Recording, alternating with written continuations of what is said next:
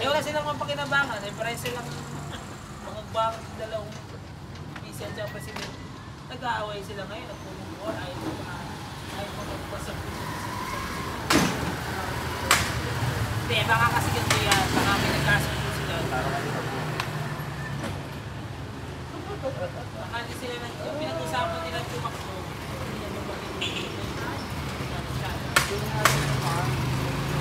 Wow, ang daming salty.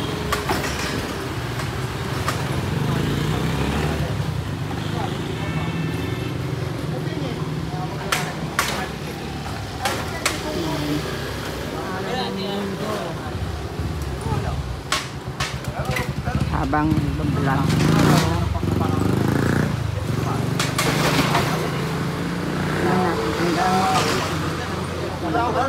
kung may mga hablot ng cellphone ko. So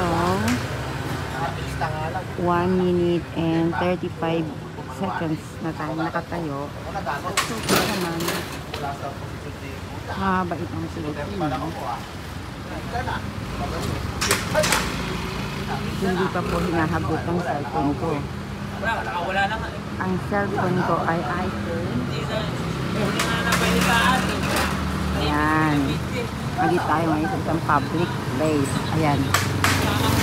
Sa Pilipinas, ang tawag nila sa mga motoristang ganyan ay riding in tandem. Pero hindi sila riding in tandem. Ayan. So, dito sa public place here in Muntinlupa,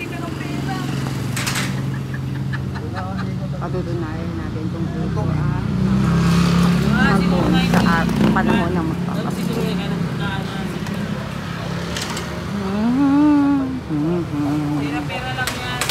Yan. Ate, ang ganda niya.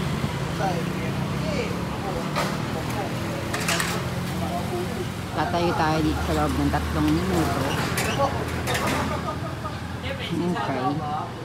Ayan. So, yan ang ating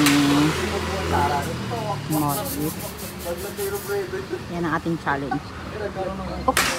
3 minutes and 4 seconds. Stay po tayo somewhere here in Muntinlupa. Wala po yung habit cellphone. Bye!